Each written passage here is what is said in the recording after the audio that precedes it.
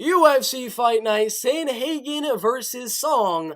Full card results. This was one of my favorite cards of the year, especially for the main card. We had Joseph Pfeiffer, Andre Fili, Gregory Rodriguez, and Corey Sandhagen. My four favorite fights in the card back to back to back to back, especially that co-main event. The prelims were pretty good, but a lot of decisions there. Javid Basharat went out there, absolutely dominated. Jillian got the finish. It was a great card. We're going to go from bottom to top, giving you the full card results. For the first one, he had Nicholas Mota and Cameron Van Camp. Cameron was going out there with a leg kicking game plan, just trying to kick and move, stay on the outside, be the counter puncher against Nicholas Mota. But eventually, Nicholas Mota was able to catch him with a good right hand, right on the chin of Van Camp, knocked him down. A few ground and pound shots there, and TKO Cameron Van Camp in round number one, showing that he does have some power after coming off his most recent wins, coming by decision. Finally gets a finish and his first win in the UFC. Undefeated Javid Basharat going out there, destroying Tony Gravely, defending Tony Gravely's takedowns, and if he does get taken down, getting right back up, jabbing him on the outside, leg kicking him, body kicking him, front kicking him on the outside. It was a masterpiece. I mean, it was a masterclass from Javid Basharat. Outstruck him easily for 3 straight rounds, getting the 30-27 decision. Maria Agapova, Jillian Robertson, round one was just a scramble fest.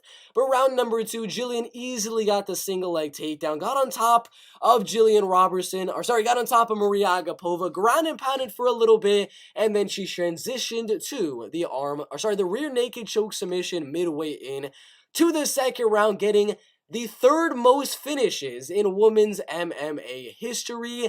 We had undefeated Mexican prospect get his O turn into a 1 after getting outstruck by a striker in Trey Ogden. Trey Ogden is not known for his striking, as he got outstruck by Jordan Levitt in his last fight, but Daniel did not let his hands go, did not let his feet go, and just did not throw any volume.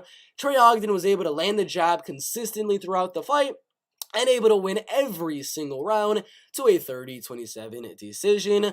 Loma Lukbumi was outstriking Denise Gomez on the feet, and then mixing in some really good judo throws in the clinch, getting on top of Denise, getting very close to some rear nakeds and things like that, and yeah, she looked really good in that fight, cutting open people. I mean, she looked really good with her ground and pound and her wrestling, especially the judo skills. Loma with a nice decision.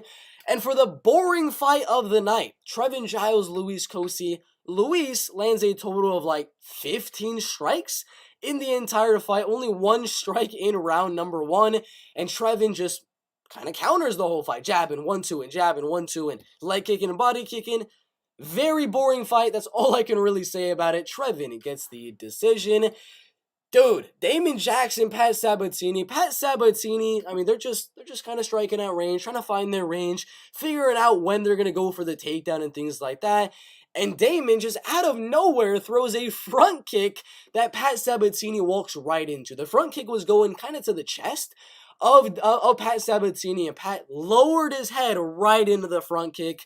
Damon landed a left hook, right hook, got him down, ground and pounded on top for the first round TKO, barely over a minute in round number 1. Amazing performance from Damon Jackson. Got Anthony Hernandez dominating Marc-Andre Barrios. The striking was pretty even, good moments from both guys, but Anthony kept on getting the fight down, kept on getting close to arm triangles to rear naked, just transitioning from submission position to position over and over and over again, and eventually in round number 3, during a scramble, he just goes for that arm triangle choke submission, and he puts Marc-Andre Barrios to sleep.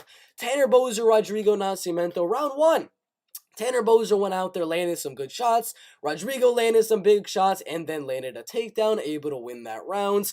Round 2, Tanner Boser went out there and just defended a lot of the takedowns there, and he rocked Rodrigo Nascimento in round number 2, but Nascimento got a takedown at the end of round number 2, made it a little bit closer of a round, but it was 1-1 heading into the third and final round, where Rodrigo controlled for 4 minutes straight, and in the last minute, Tanner got the ref to let him back up to the feet and just started throwing, but it wasn't enough to get him the win. Rodrigo wins round 1 and round 3 for the win. Alan Amadovsky, Joseph Pfeiffer. I mean, come on. Did anyone not expect this to happen? Joseph pressures him, gets his back to the cage, and lands a good right down the middle. One ground and pound shot. I mean, he was looking at Alan Amadovsky after he was kind of already out, looking at the ref, looking at Allen, and the ref wasn't doing anything. So it was like, boom, right hook on a grounded Alan Amadovsky, and then the ref finally decided to step in at that point. Pfeiffer with a TKO. Andre Fili Gio, round 1. Andre landing like 5 head kicks, and just landing overall the better shots in that round. The volume was even, but Andre landed the harder shots. Round 2, Gio went out there, kind of did the same thing, pressuring, but he was getting countered with a lot of shots from Andre Fili. I think the volume was pretty even, but again, Andre was landing a little bit more hard shots to the body, and his jabs were having a little bit more of an effect onto Gio, so I think he wins that round.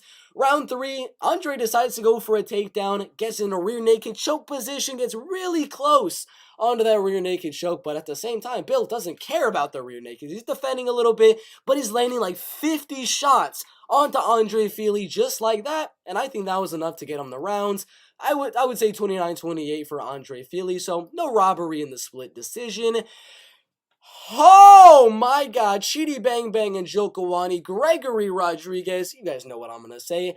Bang, bang, banger fight in the middleweight division. Chidi goes out there, lands a knee down the middle that cuts Gregory Rodriguez in a way I've never seen before. It was from one eyebrow to the other eyebrow that Gregory Rodriguez was cut open from. A knee from Chidi and Joe Kawani. Chidi ended up getting him to the clinch, landing really good knees to the body, elbows on the break, right hooks, left hooks.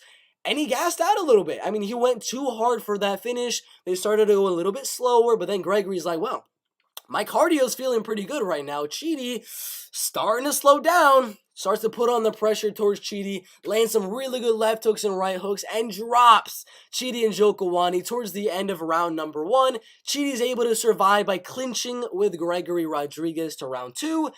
Round 1 could have gone either way. I have deadly no honest clue who won round number 1. It could have gone either way. But in round number 2, Gregory, like I said, judo skills. Gregory lands a good judo throw, gets on top of Chidi and Joe Kawani. Right hook, right hook, right hook, right hook, right hook, right hook, right hook. Like 10 to 20 right hooks and ground and pound from Gregory Rodriguez in round 2. And the ref is like, I've seen enough, and stops the fight in that round. Crazy fight. That was probably my favorite fight of the night, was Rodriguez and Chidi and Joe Kawani. Just an absolute banger. We had the main event, Sandhagen versus Yadong Song. Round 1, Yadong goes out there, keeps the volume very, very even, and actually lands more significant strikes than Corey Sandhagen, but he does land the harder shots and things like that, and had a little bit of control time with the wrestling. I think he won that round. Round 2 is where it got weird, because Corey decided to cut him open with an elbow in round number 2 very, very badly across his eyebrow, and he was able to land a little bit more volume than Yadong Song in round 2. So it was 1-1 going into the third. Then Corey decides to go out there and just keep on going for elbows. Every strike he was throwing was an elbow, a shoulder strike, a head kick to the face, a flying knee, a knee to the face. He's really just trying to cut open Yadong Song, and I think Corey did enough to win round 3 as well. Round 4 was a close round. Yadong Song was doing very good in that round, getting a little bit of control time, landing the harder shots and things like that. But towards the end of round number 4, Corey was able to get the takedown, get on top, and do some devastating ground and pound, edging him out round number 4. And I think he was up 3-1 going into the 5th.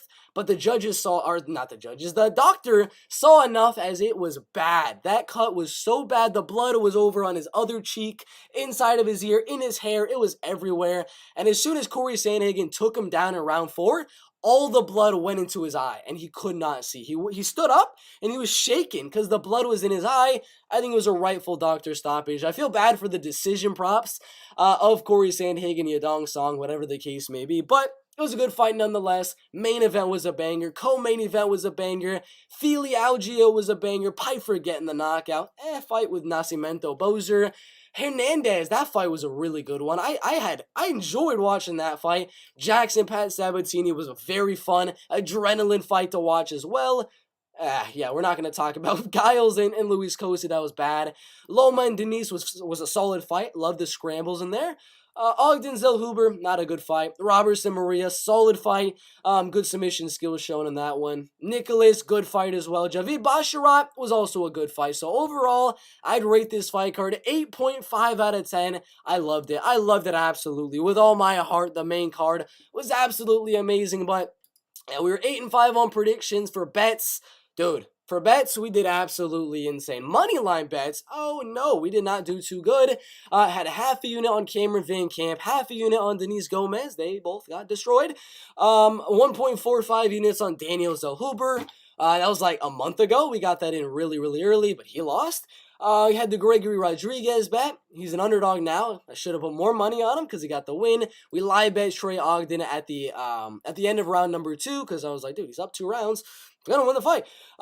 Gregory Rodriguez decision does not cash. Joe Pyfer by first round knockout does cash. We did do the second round knockout just to hedge, just in case, you know. Quarter unit Anthony Hernandez, first round submission and second round submission. God dang. Yeah, I was a little mad about that because he got the submission in round number 3. We got the round wrong. We got the round wrong. So tough. Denise Gomez decision didn't cash. We had Jillian Robertson submission, which was good. Basharat Gravely goes to a decision. That was good. Zellhuber by unanimous decision. He got freaking destroyed. That was not a good one, but we got saved with our parlay right here. 10 units on Sandhagen versus Song over 2.5 rounds. You know I was scared after round number 2. When the cut was there and I thought the doctor was going to stop it, you knew I was scared, pissing in my pants, waiting for the doctor to say they can go on or no more, no more. I was shaking, man, when the doctor stoppage, or when the doctor went in there in round number 2 for my over 2.5. But luckily, there was no doctor stoppage. Luckily, Rodriguez and Njokuani over half of a round. Fili Algio KO TKO decision. Same for Bozier Nascimento. And Gomez Lukbumi Basharat Gravely over 1.5 rounds. Got plus 279 odds on that parlay. Let's freaking go, baby. Did lose a plus 8,000 parlay. If you want to pause it, you can look at it. But the thing that lost his parlay was Daniel Zellhuber. It was Pat Sabatini. It was Bozo Nascimento. That one hit. Fili Algio, Jokwani. Yeah, it was those two, and then Njokuani Rodriguez over 1.5 rounds. So Zellhuber and the over 1.5 on the co-main events. But still, it was that close to cashing. Just 2 things, Zellhuber and over 1.5 rounds to get a plus 8,000. It was worth a shot, in my opinion.